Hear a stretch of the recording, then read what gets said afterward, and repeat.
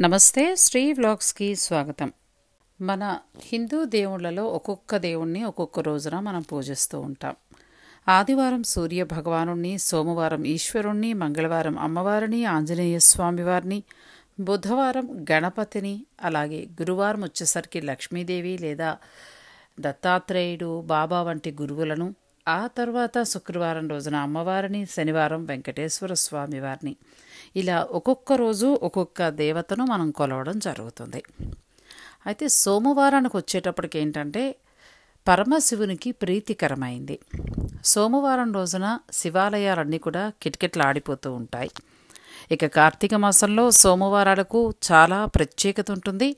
శ్రావణ సోమవారాలకు కూడా చాలా ప్రత్యేకత ఉంటుంది. ఆయా రోజులలో శివాలయానికి వెళ్ళి శివ దర్శనం చేసుకున్నా, శివునికి అభిషేకం వంటివి చేసుకున్నా కూడా చాలా మంచి ఫలితాలు ఇస్తాయని చెప్తారు. గ్రహ దోషాలు వంటి వాటితో బాధపడుతున్నప్పుడు ఈశ్వరుడికి అభిషేకం చేసుకోమని చెప్తారు. అవునా? అది కూడా సోమవారం అయితే ఇంకా మంచిది అని అంటూ ఉంటారు. మరి సోమవారమే ఎందుకు ఈశ్వరుడికి అంత ఇష్టం? సోమవారం రోజునే ఆ స్వామిని మనం ధ్యానించి లేకపోతే ఆలయానికి వెళ్ళి దర్శనం చేసుకున్నట్లయితే అతి సులువుగా ఎందుకు అనుగ్రహిస్తాడు? ఆ వివరాలనే ఈరోజు మనం వీడియోలో తెలుసుకోబోతున్నామండి. అందరికీ తెలిసిన విషయమైనా మరొక్కసారి మళ్ళీ గుర్తు చేసుకుందాం. ఈ వీడియో కనుక మీకు నచ్చితే తప్పకుండా లైక్ చేయండి, షేర్ చేయండి. ఇటువంటి ఆధ్యాత్మిక విషయాలలో నాకు తెలిసినంత వరకు చెప్పడం జరుగుతోంది. ఏదైనా పొరపాట్లుంటే దయించి క్షమించగలరు. మరిక మనం వీడియోలోకి వెళ్దాం. పరమశివుడికి అత్యంత ప్రీతికరమైన రోజు సోమవారం. సోమవారం రోజున పరమశివుణ్ణి పూజిస్తే కష్టాలు తొలగించి అనుగ్రహిస్తాడని భక్తులు నమ్ముతారు. అందుకే ప్రతి ఒక్కరూ కూడా సోమవారం రోజున ఆ ముక్కంటిని భక్తి శ్రద్ధలతోటి పూజించడం జరుగుతుంది. మరి ఈ నమ్మకం వెనుక ఏంటి కారణం? సోమవారం అంటేనే స్వామివారికి ఎందుకు అంత ఇష్టం అనేది ఇప్పుడు మనం ఈ వీడియోలో తెలుసుకోబోతున్నాం. ఈ సోమవారం రోజునే ఎందుకు పూజించాలి అనడానికి ఒక పురాణ కథ కూడా ఉందండి. ముందు మనం ఆ కథను తెలుసుకుందాం. తర్వాత సోమవారం రోజున ఈశ్వరుడికి ఎటువంటి ఆహారాన్ని నైవేద్యంగా పెడితే మనల్ని తొందరగా అనుగ్రహిస్తాడు అనేది కూడా తెలుసుకుందాం. ముందుగా కథలోకి వెళ్దాం. దక్షరాజు తన యొక్క 27 మంది దత్త కుమార్తెలను చంద్రుడికిచ్చి వివాహం చేస్తాడు.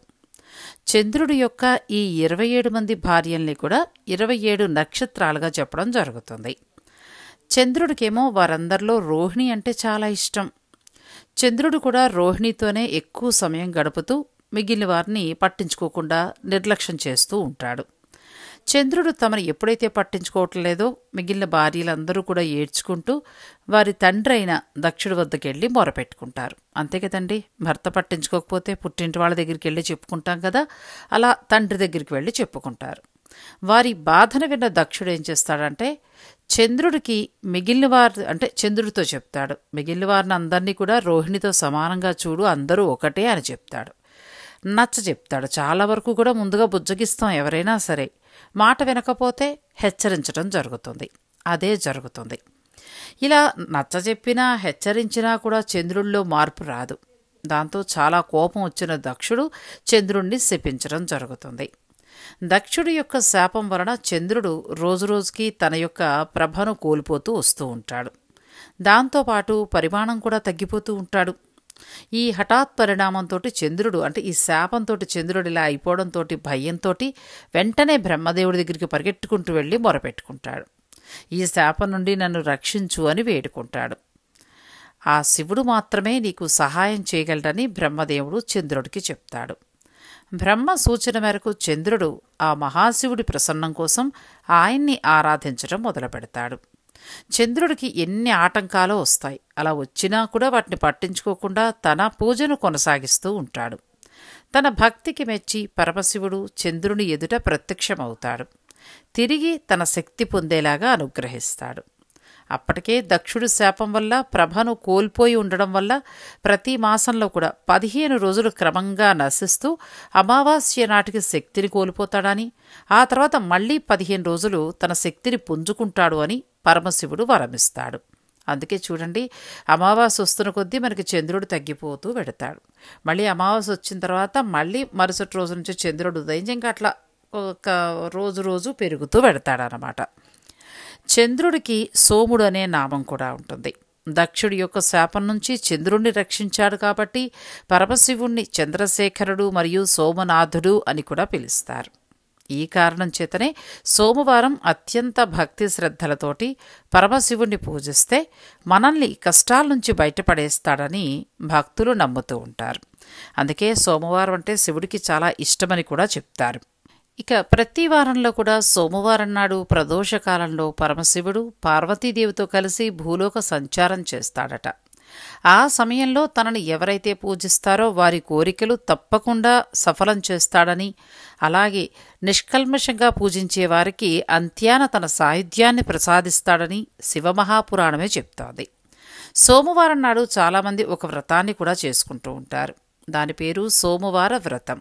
శివదేవుని కథ. ఈ సోమవార వ్రతాన్ని కార్తీక సోమవారాల్లో చేస్తే మరింత ఫలితం ఉంటుందండి. ఇక ఈ వ్రతంలో అంటే సోమవార వ్రతం మహిమను తెలిపే కథను కూడా తెలుసుకుందాం.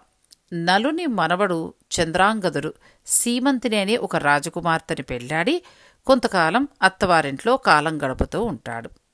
ఒకరోజు యమునా నదిలో నౌకా విహారానికి వెళ్ళినప్పుడు ఒక పెద్ద ప్రచండ గాలొచ్చి నౌకేమో తిరగబడిపోతుంది. చంద్రాంగదుడు నీటిలోకి జారి పడిపోతాడు. ఏం చేయాలో తోచని సీమంతిని భర్త కోసం కంగారు పడుతూ ఉండగా ఒక ముని పత్ని సోమవార వ్రతం చేయమని చెప్తుంది. ఆమె ఈ వ్రతాన్ని మొదలుపెట్టి దీక్షగా ఎన్నో సోమవారాలు చేస్తుంది. ఆమె చేసిన వ్రత మహిమ కారణంగా ఆమె భర్తేమో నాగలోకానికి వెళ్తాడు. అక్కడ నాగరాజైన తక్షకుడు చంద్రాంగదుని వినయ విధేతలకు మెచ్చి పెద్ద పెద్ద కానుకలు నాగకన్యల్ని ఇచ్చి భూలోకానికి పంపిస్తాడు. అతనొచ్చి తన భార్య వ్రత మహిమ వల్లే నాగలోకంలో తనకింత గౌరవం లభించిందని, తాను ఏ అపాయం లేకుండా భూలోకానికి వచ్చానని తెలుసుకుంటాడు. తన రాజ్యాన్ని ఆక్రమించిన శత్రువుల్ని ఓడించి తిరిగి రాజ్యాన్ని పొంది భార్యతో ఎన్నో ఏళ్లు సుఖంగా జీవించాడట. ఆ తర్వాత ఈ వ్రత మహిమను సాధారణ ప్రజలకు అందించాడట. అప్పట్నుంచి ప్రజలందరూ కూడా ఈ సోమవార వ్రతాన్ని చేసి వారి వారి కష్టాల్ని పోగొట్టుకుంటూ వచ్చారట. ఇలా సోమవారానికి సంబంధించి ఎన్నో ఉన్నాయండి. ఇక సోమవారం రోజున ఆ పరమశివుణ్ణి ధ్యానించి ఆలయానికంటే ప్రదోష సమయంలో ఆలయాలకు వెళ్ళి స్వామివారిని దర్శించుకున్నట్లయితే ఆ సమయంలో ఆయన సంతోషంగా ఉంటారటండి. పార్వతీదేవితో కలిసి నాట్యం చేస్తూ ఉండే సమయం. ఆ సమయంలో మనం ఆలయానికి వెళ్ళి ఆయనకి నమస్కరించుకుని మన మనసులో కోరిక చెప్పుకుంటే తప్పకుండా నెరవేరుస్తారట. ఇంకొక విషయం తెలుసా, మనం మామూలుగా డబ్బులకి ఇబ్బంది పడుతున్నప్పుడు సాధారణంగా లక్ష్మీదేవిని పూజిస్తూ ఉంటాం. కానీ ఎవరైతే మహాశివుణ్ణి నిత్యం కొలుస్తూ ఉంటారో వారికి డబ్బుకు లోటు అనేది ఉండదండి. నేను అలా శివారాధన చేస్తూ డబ్బుకు లోటు లేకుండా ఉన్నవారిని ఎంతోమందిని చూశాను. అంటే దినదిన ప్రవర్ధమానం అవుతూ వాళ్ళు ఎంతో మంచి స్థితిలో ఉన్నారు. ఎక్కడైనా కావాల్సింది ఏంటంటే అంటే ఇటువంటి భక్తి విషయాలలో నమ్మకం, శ్రద్ధ ఈ రెండు ఉంటే ఖచ్చితంగా మనం అనుకున్నది సాధించగలుగుతాం. ఇక సోమవారం రోజున అంటే మీకు ఏదైనా తీరని కోరుకున్నా, ఇల్లు కట్టుకోవాలి అవ్వలేదు, లేదు అంటే కొన్ని ముఖ్యమైన పనులు అనుకుంటున్నారు, వాటిలో ఆటంకాలు వస్తున్నాయి, ఆ భగవంతుడి సహాయం ఉండాలి, ఆయన అన్ని ఆటంకాలని తొలగించాలి అని అనుకుంటే మాత్రం సోమవారం రోజున ఆ పరమశివుడికి దద్దోజనాన్ని అంటే తెలుసు కదా, కమ్మటి పెరుగులో నెయ్యితోటి గుమగుమలాడే తాలింపు వేస్తారు. అంటే అన్నం కలిపి అలా తాలింపు వేస్తే దాన్ని దద్దోజనం అని అంటారు. పెరుగు అన్నం అని కూడా అంటారు. ఆ దద్దోజనాన్ని మహాశివునికి నివేదన చేస్తే త్వరలోనే మీరు అనుకున్న కోరికలన్నీ కూడా నెరవేరుతాయి. ఇదండి సోమవారం రోజున మహాశివుణ్ణి ధ్యానించడానికి గల కారణం. అలాగే ఆయన్ని ధ్యానించడం, అలాగే ఆయనకి పెట్టాల్సిన నైవేద్యం గురించి వివరంగా తెలుసుకున్నాం కదా. ఈ వీడియో కనుక మీకు నచ్చినట్టయితే లైక్ చేయండి, షేర్ చేయండి, ఛానల్ని కూడా సబ్స్క్రైబ్ చేసుకోండి. పక్కనే ఉన్న బెల్ సింబల్ని క్లిక్ చేయడం మర్చిపోకండి. మరొక ఆధ్యాత్మిక విశేషాలతో కూడిన వీడియోతో మళ్ళీ కలుసుకుందాం. నమస్తే.